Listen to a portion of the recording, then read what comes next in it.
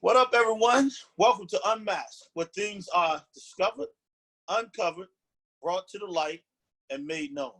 I'm your host, Lamar Barrett, coming live to you from PG County, Maryland. If you're interested in finding out about the untold stories being behind being a college coach, this is the show for you.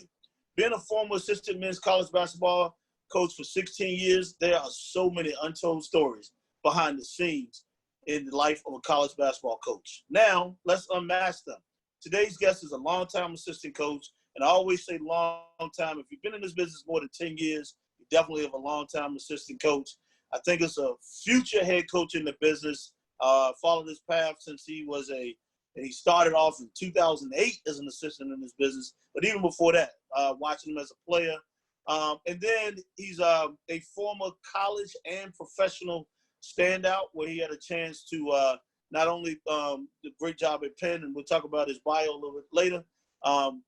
We also had a couple stints in the NBA, and he's a Newark native, Ira Bowman. Now, Ira, like I said, graduated from University of Penn in 95, 96, where he was actually Player of the Year. 2 years before that, he was at Providence College, spent 2 years at Providence, 2 years at Penn, where he had an outstanding career those last 2 years. And then after he finished playing, he played professionally for, like I said, for 7 years before he had a career-ending injury. But a couple of stops with the Sixers, one with the Atlanta Hawks. Also spent some time, playing abroad. But, career ended. He rehabbed in the 03-04 season, trying to see if he could get back right, decided not to, jumped right into being an executive assistant, of assists by the Knight Foundation. Executive director of assists by the Knight Foundation from 04 to 08. And then he jumps right into college coaching. So we'll get into that 08 to 12. He's at New Jersey Institute of Technology. So he was right back at home. And then from 12 to 18, he goes to the University of Penn. He spent 6 years at the University of Penn. And then presently for the last couple of years, he's been at Auburn University. And I just want to say welcome to the show to a good friend, Ira Bowman. Mark, thanks for having me, man. I'm excited. I'm appreciative of the opportunity to sit here and chop it up with you. But I'm also excited for this branch of your career. I'm honored to be on this platform. Thank you, man. You know what? We're gonna jump right to it, man. We're gonna get unmasked. Now, you were a player, outstanding player. Played professionally.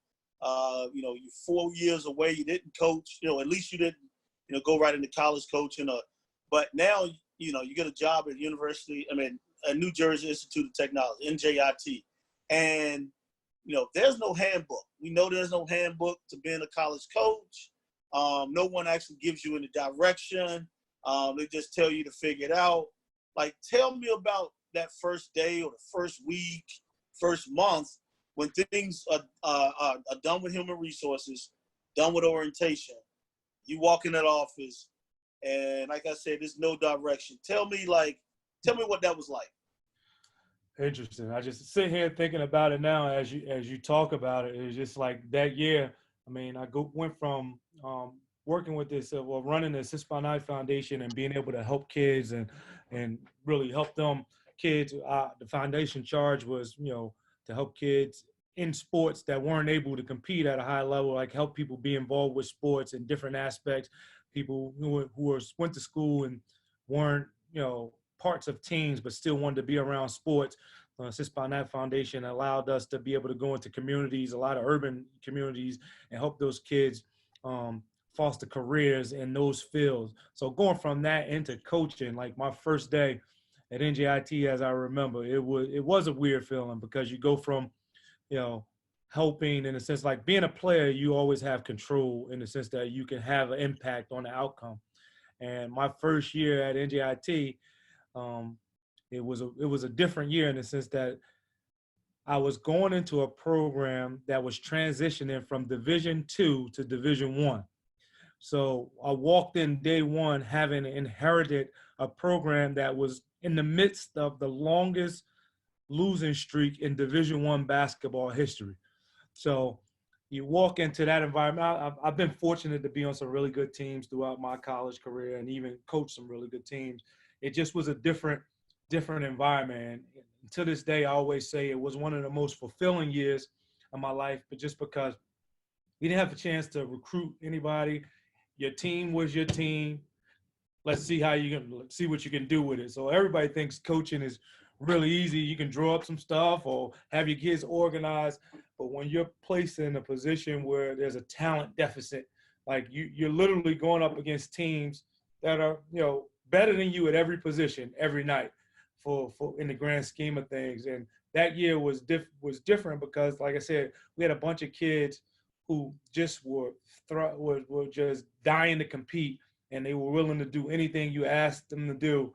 And practices became our games in the sense that they competed every day. They wanted to win every day in practice. And make a long story short, we inherited that Division I losing streak and were eventually able to break it. And I think each year we got a little bit better. So I think I don't know what the streak is. It was 30 something, and we lost probably our first 18 games or so before we got a win. And again, that year, I think even playing high major schools or not, we probably only lost by double figures 5 times. So you just think about the level of commitment, the level of intense of interaction that we had to have with those kids, and they embraced it and put everything on the floor.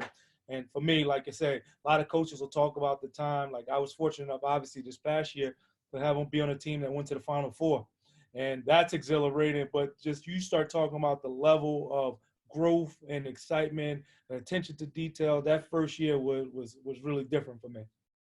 Yeah, I can feel you on that one, man. Like, because now your job is like almost you got to keep morale up, keep motivating those guys. So, kudos to you guys as y'all built, what NJIT has become today. I mean, and like you were there, like you said, you were there from almost the inception of that, going Division II to Division I, and then to see it now, and they've just moved into another league. Right.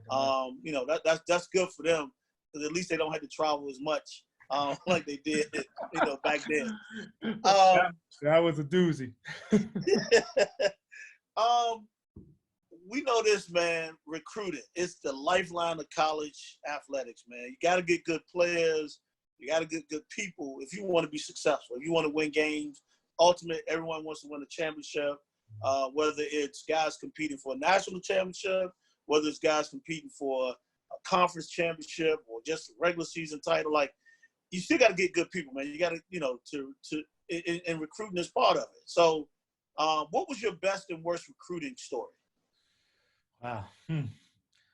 There's so many of them. I mean, I think in coaching, a lot of times you get way too much credit for team success and way too much blame for when they aren't successful in a certain extent. But you're only as good as the people you have around you. I've been fortunate in this building business to be on some good staffs. Some of my best friends that I have on earth are guys that I've worked with. I've made great friends on the staffs that I've been on, and it is about the kids. I've recruited at obviously 3 different levels in the sense that, like, NJIT was a program. First of all, not many people wanted to go to Newark. Like, that was a big reason I wanted to come. I wanted to start there. Newark is my hometown, and I'm really proud of it. You hear a lot of the stories of the urban trials and tribulations and of the socio-economical disadvantages that are in different parts of it. But NJIT is a school, it's an engineering school by nature. So you had an engineering school that had high academic standards and set in the middle of Newark. So it was basically trying to convince people, like, listen, you could come and be successful here at this place. So initially trying to sell that program, being a new program, a lot of times we had to wait and get kids. Everybody, a lot of really good Division II kids, but we were trying to recruit at a Division I level. So we had to wait until a lot of other kids got told no by a lot of other schools. So you fall in the pecking order there. And then from there, I went to Penn, and obviously it's a high academic, prestigious Ivy League. So it was another thing. But there are no athletic scholarships. So, everything was based on need. And to hear where, in one at Auburn in a Power 5 conference where you have the resources to be able to kind of, recruit internationally in that sense. So it's been three different dynamics. I don't know what the best or the worst story is. I just remember, I know an awful story would be people might look at coaches and think how luxurious it is and think they're jumping on private planes all the time. But my first year at NJIT, we had to recruit a kid, try to fill a roster spot late in the season. It was only a couple kids available. And there was a set of twins that were in Charlotte, outside of Charlotte, North Carolina. And we had to go down and evaluate them basically in an open workout. And we didn't have money left in the budget for, flights or hotels. So me and one of my fellow assistants who was, I had a great staff with Kevin Tyrone and Mike Spisto, who worked on the Coach Ingles at NJIT. But me and Coach Spisto rented a car and got up early enough where their workout, I think, was going to be at 4 o'clock or something in the afternoon. Got up early enough in a rental car. He drove down 12 hours. We watched the workout, and I drove back 12 hours. So you want to start talking about, like, in the days of, like, trying to get things done in a short window and not having a good budget. Obviously, we had a great AD and Lenny Kaplan who kind of helped facilitate that change from Division II to Division I. But those are the type of stories I think about. And when you start thinking about not even hardship, because I played in the CBA. I know what it's about to travel, tight seats, middle row seats, connect them propeller planes. Like, I've done the whole gist. At the end of it, we're fortunate enough to be able to play and coach basketball for a living. So for that, like, you always got to want to keep that mindset and a level of appreciativeness when you have an opportunity just to be able to, change somebody's life in the sense of a kid that may or may not life may be on a different trajectory if he doesn't get to go to college. So in that sense, it's been very rewarding. Great answer, man. And that's just, I like it because that's a different perspective. It's not always about, it has to be the best or worst recruiting story, but just how you just summed it up. It should help some young coach or, somebody who's aspiring to be in the business. And like, it's not easy. Hey, you might have to do a lot of traveling, and it's not always the flight. So I love that answer, man. I do love it. Like you said, you played professionally for 7 years, but now you get into coaching, whether it's, and coaching is tough. A lot of people don't realize it's not, people always ask this question, Ira, like, oh, so when is your off season? Like, when is your downtime? Like, we don't have downtime. Like, you go on vacation and it's like you got to have your cell phone ready because you're calling the recruit just because, you want to set up a visit to campus, an unofficial visit or something to campus. So what did you have to give up achieving your current level of success? Oh, man. You have to give up a lot. Most of the time, the biggest sacrifice is family time, man. I think that, like, when you become a coach, your off time, your job is to make it convenient for your players and the people that you're trying to recruit. So I always sum it up this way. If you have a regular job and you work 9 to 5, 6 o'clock, you can put your feet up. Like, you can kind of say, all right, I'm going to decompress, whatever, whether I had a good, bad, or indifferent day, I could decompress and kind of get ready for the next day. But coaching, like, you have your team is your family. You have your own family at home, but your team becomes your family. And you got 13 guys that you got to be there for at any given time. And let's just say, all right, you're there between practice, schools, making sure they got tutors, making sure they're showing up for weights, making sure they're on time for class, making sure they eat. Those are all things that you kind of segment throughout your day to make sure you're there to be able to necessitate that or be there for those guys. And let's just approach it like that. That was a 9 to 5 job. If you did that 9 to 5 and got finished practice at 5, when that clock turns off, you try to go home and be a part with your own family. But, like, the kids you're recruiting never stops. So, like, those parents of the kids that you're recruiting might work 9 to 5. Now they become available from 5 to 11 o'clock. So the time that you have put away from your team and you're still not off with that team, from 5 o'clock in the afternoon to 11, 12 o'clock at night, you're accessible to hundreds of parents and kids. You're not recruiting 5 kids. Like at NJIT, we probably was recruiting, I don't know, 500 kids. Like, because you gotta factor into the fact that half of them, 250 of them, don't know where your school is or what your school's about. Another 100 are only interested because it's Division One, but they really, you're at the bottom of the list. And then 50 of them are excited about it, but they probably aren't really, the caliber kids that you need to get over the hump at that university. And then at Penn, you probably recruiting 400 kids, in the sense that like the academic requirements will eliminate a bunch of them, but like you got to figure out financially who's going to be able to afford it. Like kids that you may want to go and find it and academically able to get in it might not be able to afford it, or vice versa. So there's so many kids that you will never coach that you spend so much time with recruiting that kind of knocks it out. And then here at the high major level, like we've been fortunate here at Auburn since I've been here.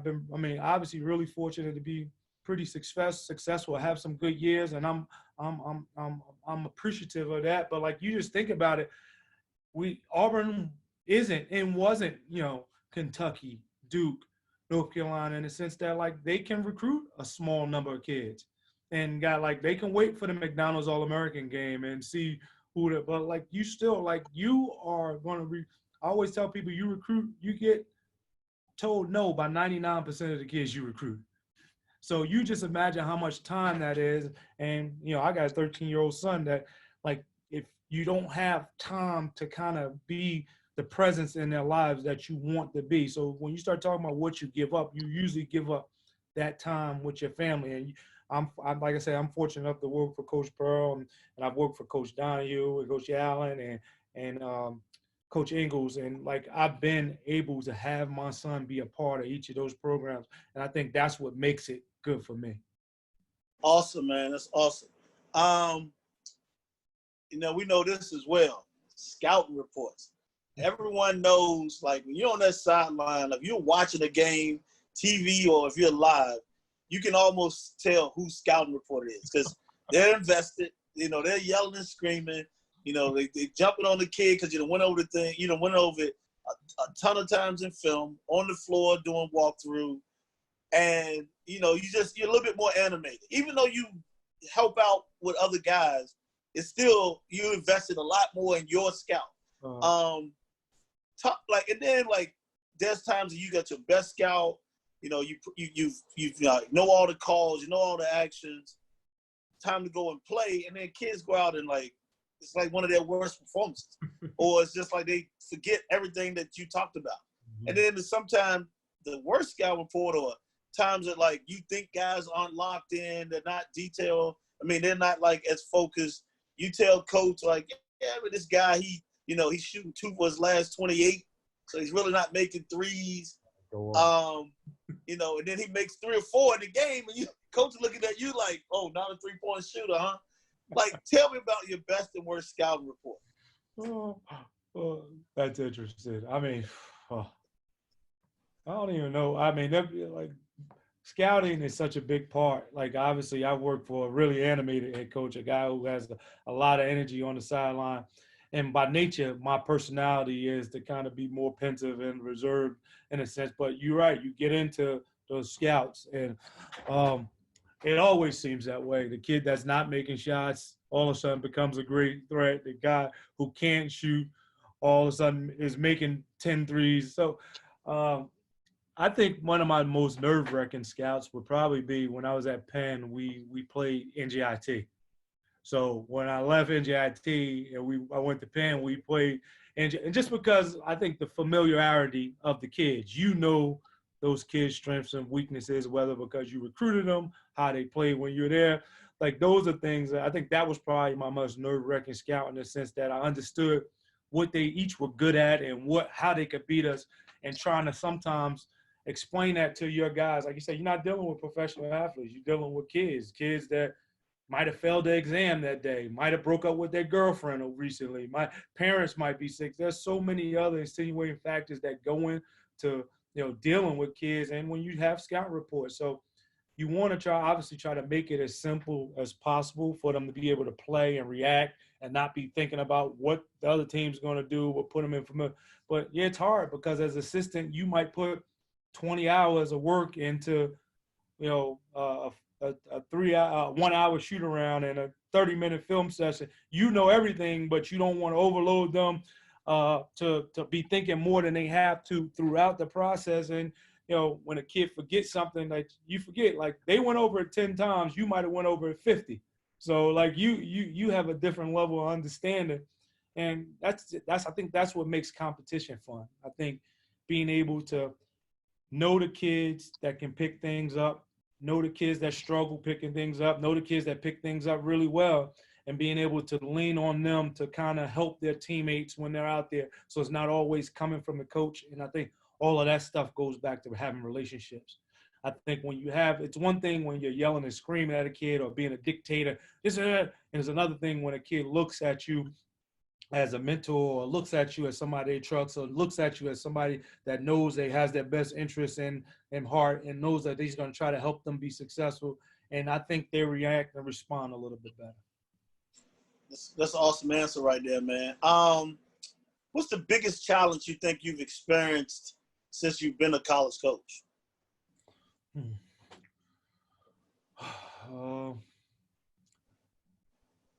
Biggest challenge. I think for me, like I'm personally, I think I look at myself as somebody that kind of like, I want to put my head down and go to work. Like I want to do the work. Like I think part of being a college coach, one of the biggest, not downsides, I think it's just part of corporate America in the world is like the self-promotion. That's the biggest part for me. You reached out to me about this, and it's like, it's good. I don't mind chopping up. I'm willing to talk, but it's hard for me to say, poke my chest out. I'm responsible for this. I did this and this. And, sometimes like in order, guys that are getting opportunities to be head coaches or obviously you want to be, look at the track record of where I've been. Look at our teams better once I've been there, or are they worse? Like those are the things, like how do I recruit? Like how those classes been, how those kids perform, how many guys have gone on to play pro, how many guys have been on. Those are things that I would look at if I'm an AD or president. But there's so many other things, so much noise, so many search firms and things like it almost becomes a game in the sense that like, how can I market myself to a position instead of like, all right, I look at myself as somebody that's was a good high school player, good college player, played professionally, been at 3 different levels, won at every level, recruited, we just was part of the top best recruiting class ever to have at Auburn in the last 2 years. Those are things that I look at, not successful. But I think hardest part for me as a coach is like, all right, do I have to say these things or push myself or these things that generally being assimilated around with other ADs and people that are making decisions. So I love that, man. I'm glad. Great answer. I love that. Do you ever find that there are things about you that people might misunderstand? Like what are they? I'm sure there's things about everybody that's that are misunderstood. I think that the people that know you best are the people that know you. And I think like in college recruiting, like I have a circle of friends that I've either played with, for or against, that are all coaches or that you have a level of familiarity with. But sometimes a lot of guys in this business let this patch on their shirt dictate who they are. And there's not a big difference in pro coaching in the Power 5 than it is at Division 3.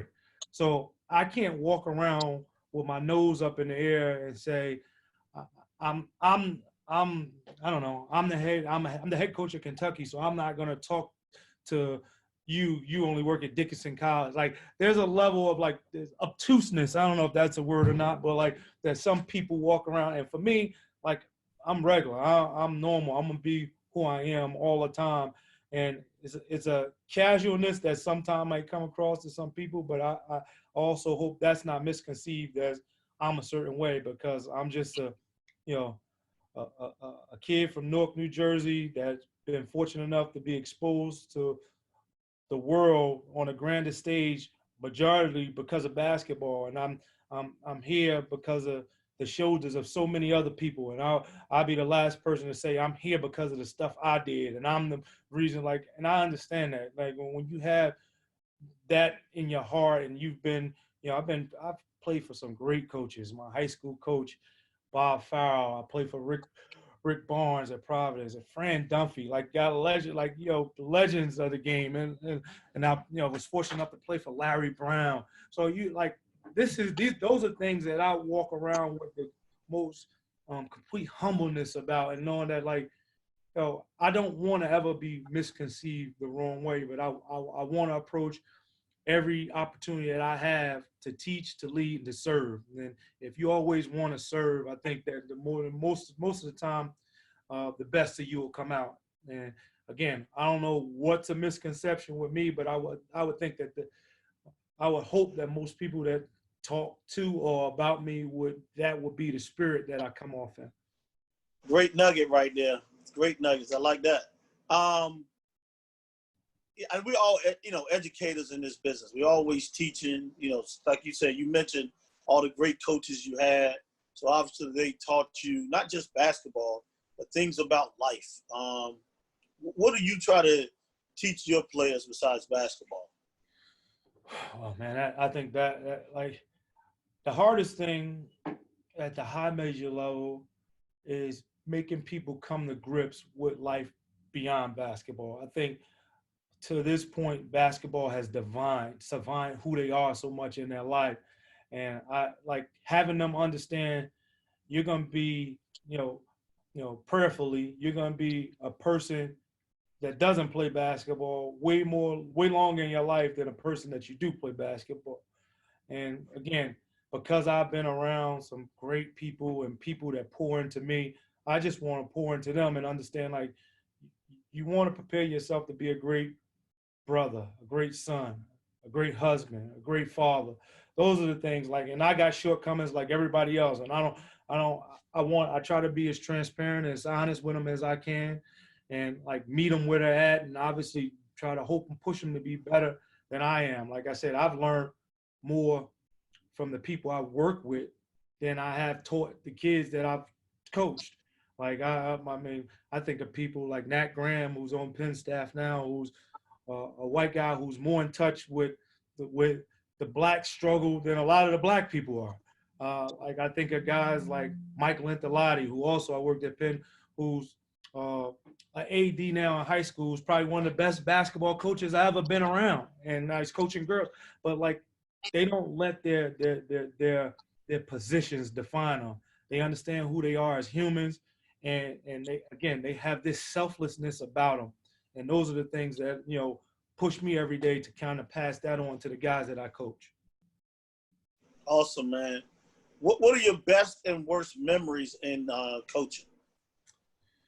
I think when you think of coaching, best and worst memories, you always think about like hard, great wins or hard losses. And I mean, I know I remember losing the Army at NJIT on a half-court shot, which was crazy. But I also remember Darnell Foreman scoring 17 points in the first half against Harvard in the Ivy League tournament and sending us to the NCAA tournament, having Penn had not been there in 10 years. So there are different things that you always attribute to wins. But for me, it's the things outside of the game. It's those kids who would not have had a chance if it wasn't for the basketball, and they go on to graduate, and they go on like that aren't going to play professionally, that they have an opportunity to be exposed to a higher education that's going to take back to their brothers and sisters and motivate them to strive to graduate college and to strive to get out of the circumstances that they're in currently.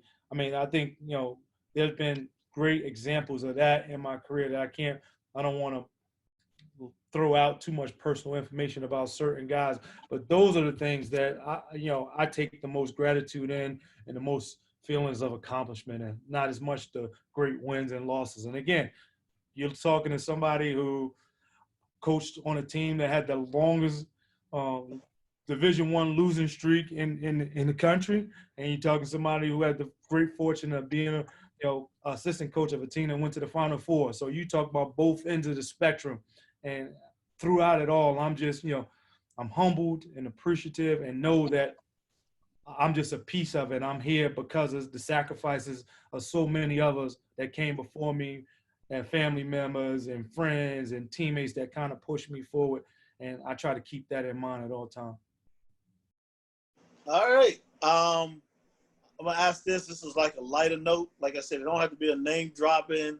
Could have been something, What is the strangest, could be craziest, wildest thing a player has done outside of the basketball court?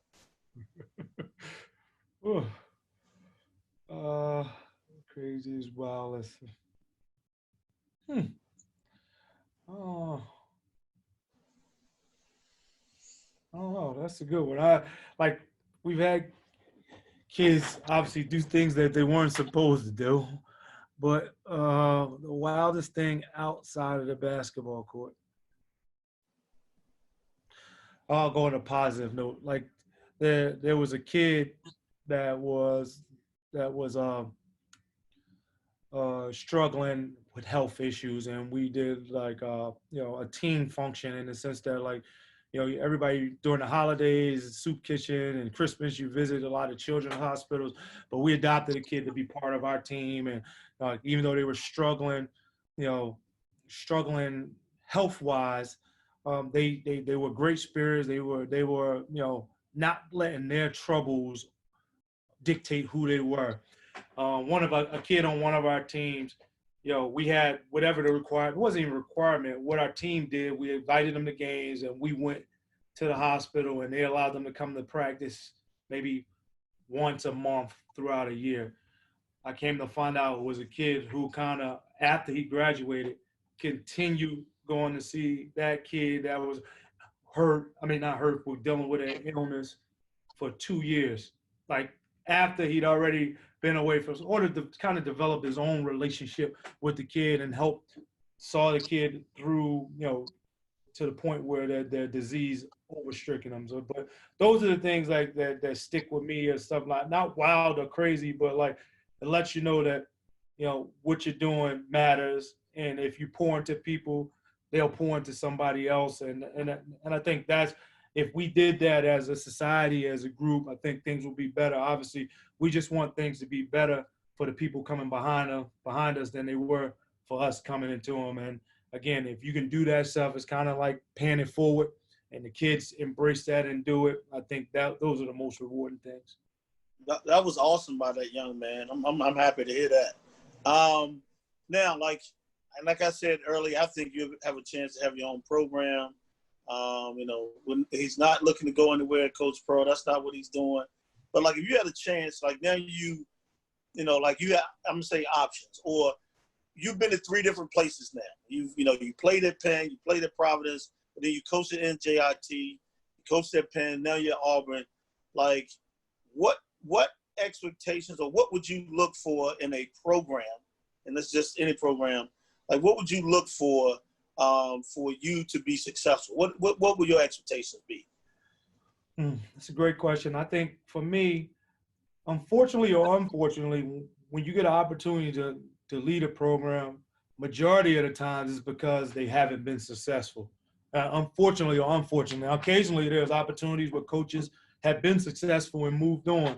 They just don't happen as often, those opportunities. But for me, it's just like I want to be involved with a university that's into holistically developing the players. And I know it's a win-loss business, and the bottom line is about wins and losses, but I also want to be, especially in this climate, like where we're at in America, I want somebody, an organization, a university that's going to, really have a stake in the well-being of the student athletes, want them to develop on and off the court. And again, I've been to a place with no budget, and I've been to a place with a really big budget. So it's nearly not about, it is as much about the resources as it is anything. But really having the administration completely behind the development, the holistic development of the players, I think is what would be important to me. People always talk about having your own program, wanting to be a head coach. Those are your goals. Those are my goals. But for me, it's always concentrate on where you're at, make where you're at better.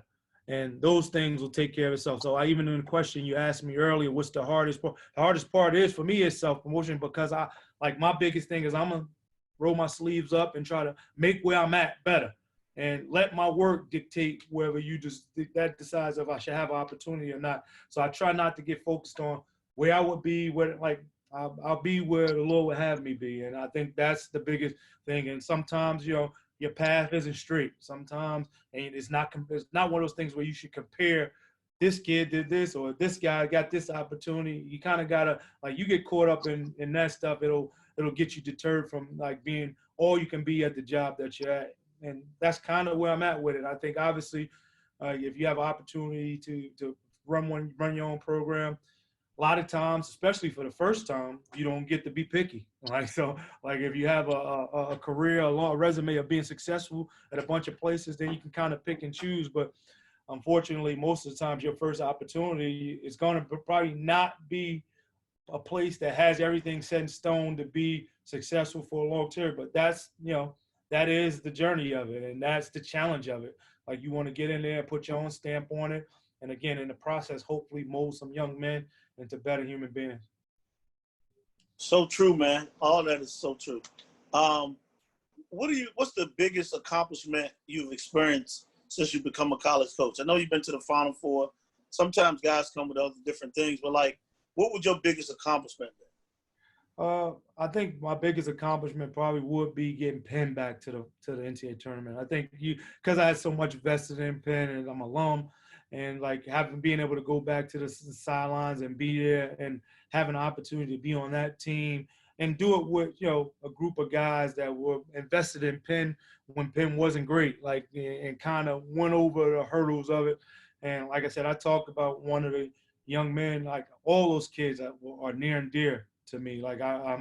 All those kids I recruited, obviously, and then even not that I recruited, I shouldn't say that, all the kids that played while I was coaching at Penn, because we recruited as a staff. It wasn't I recruited, but they went on to do some great things. And I the kid I talked about, Darnell Foreman, I feel like a son. I'm so proud of the things, the way he fought through, not starting as a freshman, barely playing, going on to as a senior, winning it and being, all Ivy, all league. And then, guys like Jackson Donahue, who are kids that you wouldn't think about, but are just the grit and the core of that program. Everybody knows AJ Berdura, who was, just graduated, the all-time leading scorer, became the all-time leading scorer at Penn this past year. But it's just it's a workman-like attitude that you embrace when you go to Penn. We always say blue collar, not Ivy League. So in the sense that we just going to, obviously put our hard hats on and go to work. Guys like Matt McDonald, who was a kid that works for the Brooklyn Nets, but was a kid that were coaches on the floor. When you weren't around, you knew they were doing what you were asked them to do. And that's, as a coach, those are the things that you marvel at the most and may give you the best feelings. Love it, man. Now this will throw you for a loop a little bit, but what movie or TV show title best describes your week? Wow. Best describes my week? Yep. What movie, show, or TV? I don't know. It's crazy because I don't watch a lot of TV, but during this pandemic, I've been forced to obviously watch a lot of some Netflix stuff that people have been telling me to watch and see. So I've watched more than I normally would. I don't know what title. What's the title? You got me stumped on that. I watched All American, which is on Netflix, about the football player from California and his. But I don't think it sums up. I just know in every story, you can't look at the finished product. Like there's a lot, everybody's map to get into a certain place may be circuitous, but like there's a lot that goes into. So sometimes we get enamored with looking at the finished product out on the field or court and not knowing all the intricacies and all the setbacks and all the pitfalls that go into it. So those are the kind of stories that I know I'm probably not answering your question, but those are the type of stories that I like. It's not, I don't want the smooth story, the smooth selling story. I want to, make it real for me. Make it real, like make me understand, like I'm a kid from Newark, New Jersey that had to, grow up in poverty and be in a position where I don't have to have my son in it. I understand everything that I had to put into it. And those are the stories I kind of want to watch and see and hear, because it gives younger people hope and generation, regardless what your parents did or didn't do. You have an opportunity, with hard work and, obviously you got to be lucky in a certain sense, but have some people pour into you. You got to have a chance to be successful in this world. Well, that answer is just as good as any TV show. So I like it. I mean, so trust me, that's a great answer. What's your favorite word or phrase? My favorite word or phrase is tremendous. And the reason why it's tremendous is because Coach Dunphy, my college coach, who's one of the best men on earth, always says that word, and has become a part of my vernacular simply because, like, he would always tell you, you kidding me? I get to coach basketball for, like, even on my worst day, like what is it to complain about? Like for me, and like, obviously, you go through things in your life, you're gonna go through hardships, but there's always somebody doing worse than you are. And if you approach it with the mindset, like, like, am I where I want to be? Probably. I mean, everybody wants to be in a particular place, but like, there's so many other places that I could be that I wouldn't be as. So for me, if somebody's asking me how I'm doing, because of Coach Dunphy's outlook and influence on me, I know exactly what he means. It's tremendous. I like that. And if anyone talks with Dump for a few minutes, you learn so much, man. I'm gonna say what he uses. He is a tremendous guy. Yeah. So yeah, I love Coach Dump. What's the best piece of advice you've ever been given? I've been given so many pieces of advice, but there's a saying that somebody told me a while back that kind of stuck with me, and I don't know if it's advice or not, and I have it ingrained in my desk, even here at work, everywhere I go. Today I will do what others won't, so tomorrow I can do what others can't. So every day I'm like, it's something that I try to ingrain in my son. Like, you say you want to do something or be something, like, what have you done today to put you closer to that goal? Don't just talk about it. So like, I want to try to do something every day to make me better, to take away some of my weaknesses, or to ultimately push me to wherever I want to go. And that's kind of how I want to attack it, whether it's school, basketball, life, every day. I'll try to approach those things that way. Wow. I like that, though. I definitely like that. That's a little deep. What does success mean to you? Success means that when I lay my head down at night, I know I've given everything that I can to try to push someone forward, whether it's someone I love, someone I care about, or somebody that's looking to me for leadership.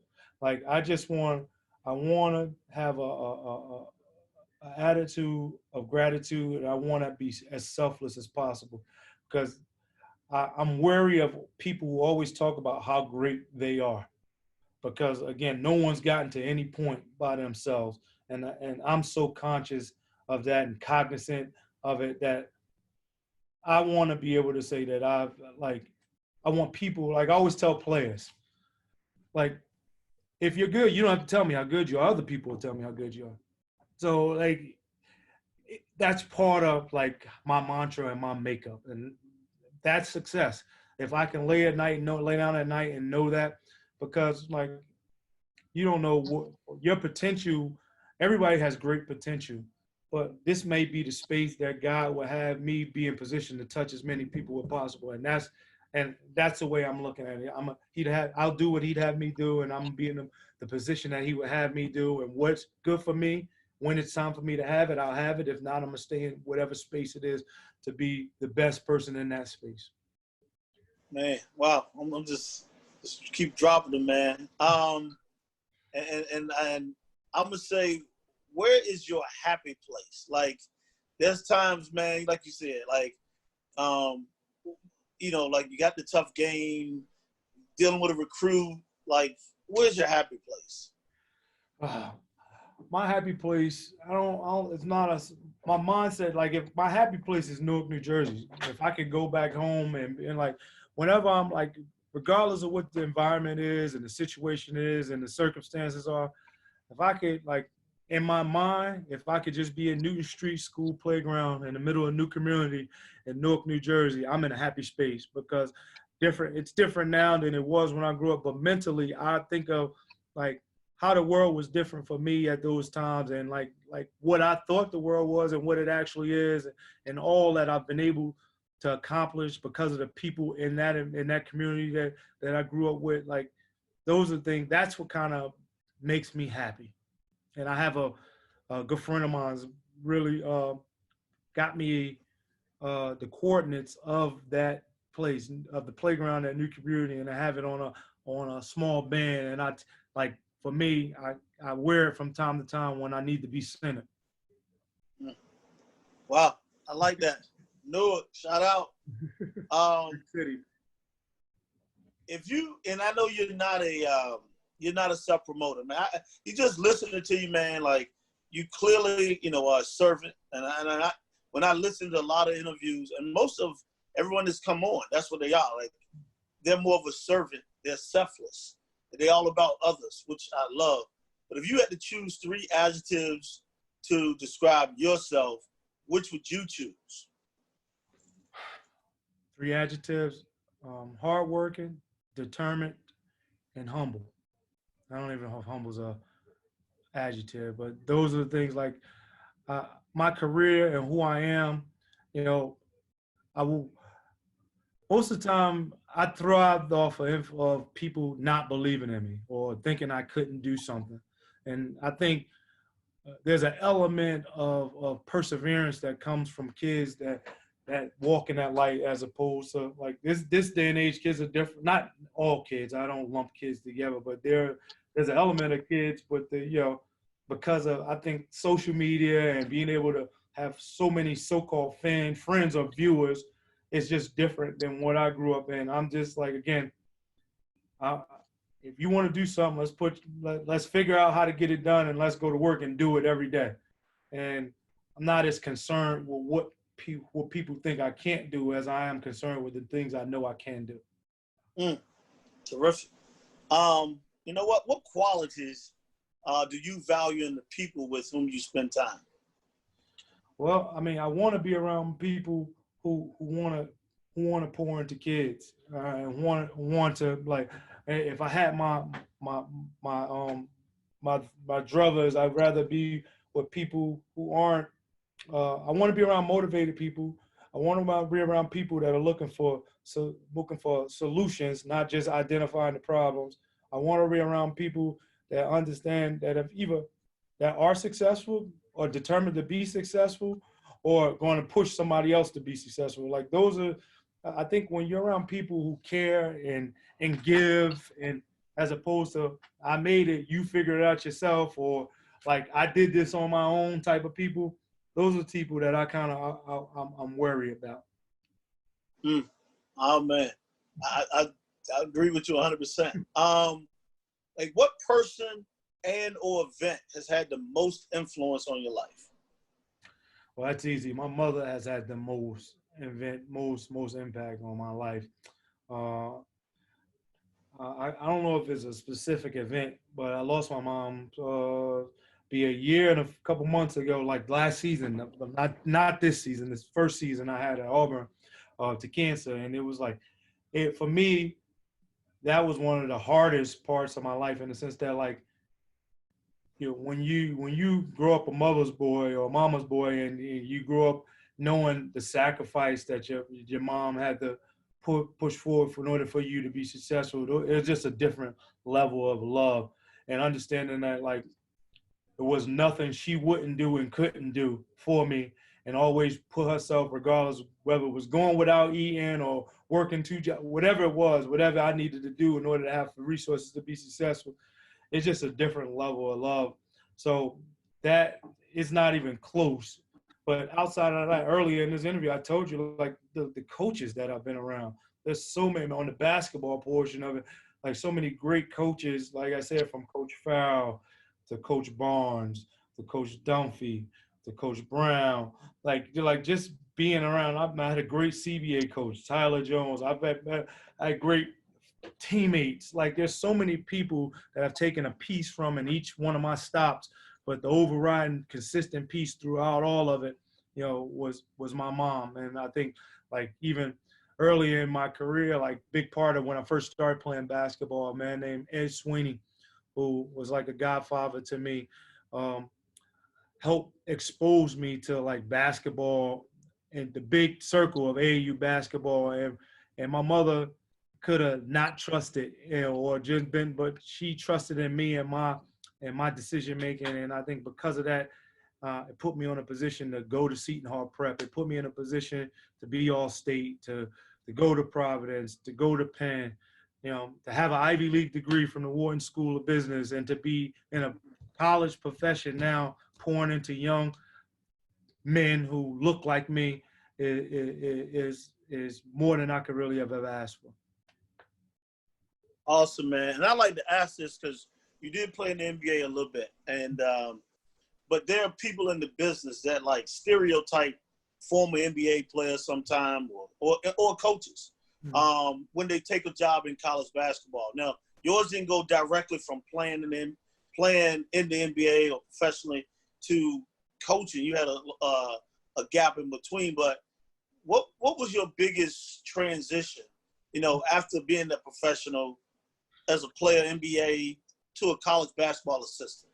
I think my biggest transition, obviously, was like we talked about NJIT. Like my biggest fear about getting into coaching was like because of the type of player I was. Like I was, very determined, and like I feared coaching kids that I wanted it more than they did, and that was going to be the hardest thing for me to get over, getting into the profession. But like there are stereotypes out there, but like I think Jerry Stackhouse is that obviously is a great college player, a great NBA player, and just took over at Vanderbilt here in the SEC. And like he's a great coach, not a good coach. But those are the things that you gotta obviously look at. Patrick Ewing, who stayed coaching, was assistant in the NBA for years, and they wouldn't let him get up, and he had to go to Georgetown to become. I think you when you get caught up on where in the level, sometimes it can be hard. But again, it goes back to valuing the opportunity to sow into people. I think those guys that I mentioned are going to do a great job and have done a great job mentoring young men. I think a coach that I think is one of the next up and coming coaches in the NBA is Adrian Griffin, who's an assistant coach with the Toronto Raptors, and his son is going to go, is committed to Duke, and his youngest son is at Illinois, just transferred to Syracuse. But like I played with him in the CBA. He's one of my best friends, and he is an unbelievable coach. And he is like a kid that like he's from my mindset. We played in the CBA before the G League, like when it was bus trips everywhere, propeller flights, connecting, like you had to grind.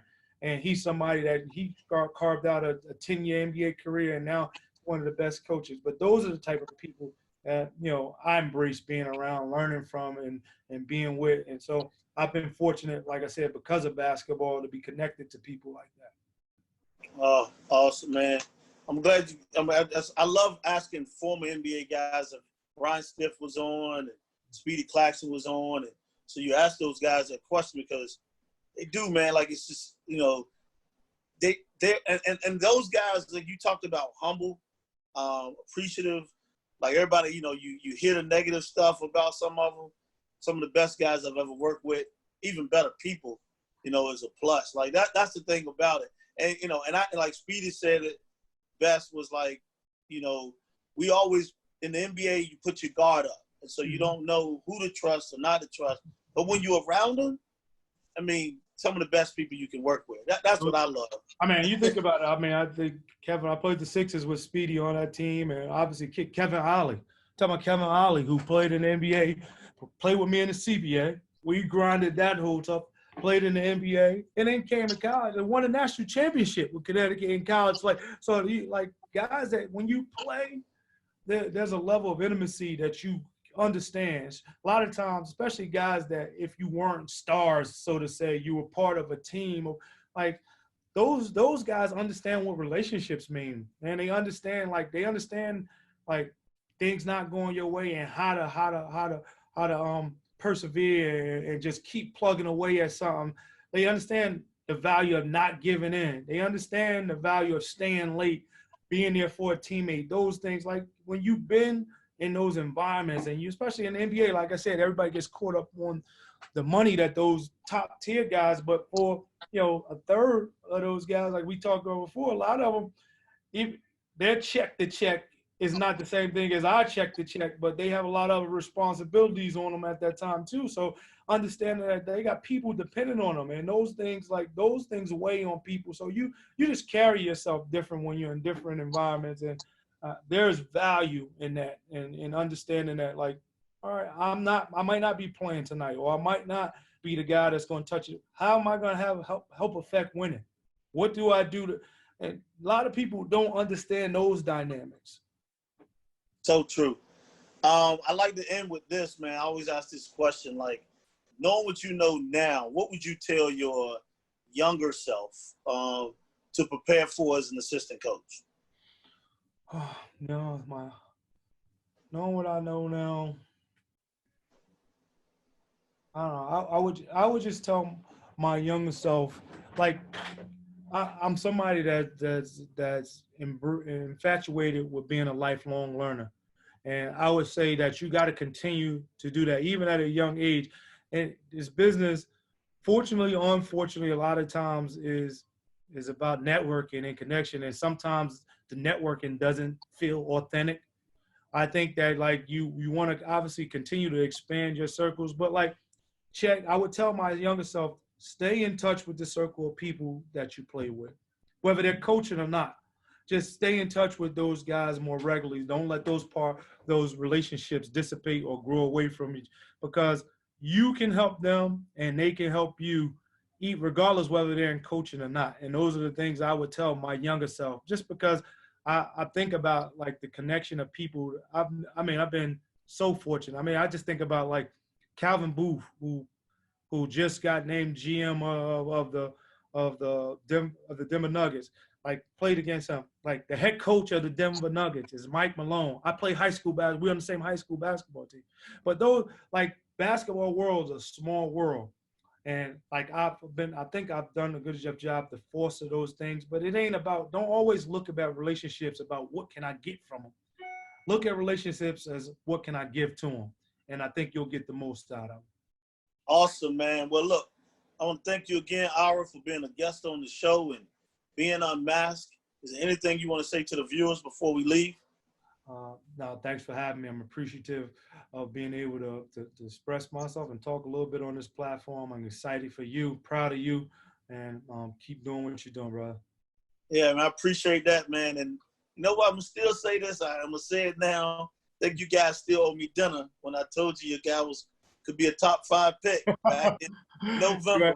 Yeah, you ain't I'll tell you what, I will. You ain't, and that's the truth, people. Whoever listens to this, like, I was talking to Lamar. We were playing earlier in Annapolis, and he was out scouting our group and another group, and a young man that, you know, was fortunate enough to be a part of recruiting here at Auburn, kid Isaac Okoro. He was very fortunate. He's one of the best kids I know. Like, he's one of the best human beings. He's no nonsense, no social media, no drugs, no alcohol, no girls. He just about work. And I think, like, he's a kid that has the opportunity to go really high in this year's draft, whenever it is. And Lamar, really picked it out early. And I said, yeah, I mean, he got a chance, but Lamar was adamant that he was before all of this jumped out. And here we are now in whatever month this is, July. And Isaac, it's funny you say that. He's been texting me all throughout this thing, like what time we getting in the gym. Like we're not allowed to work with our guys on campus, but because he's not coming back, I've been allowed to, can work him out in the gym. And again, it's what makes him great. Like throughout the year, what time we get in the gym, how can I do extra? What can I do more? And those are the kids that are going to wear you down. Those are the kids that I tend to always be around, and I'm fortunate to be around, and actually I'm excited for his growth and his potential future. Love those type of kids, man. Thank you for that plug too, that shout out. But I want to thank you viewers for watching another great show, and stay tuned for the next guests as we get them unmasked. See you next time, and stay safe.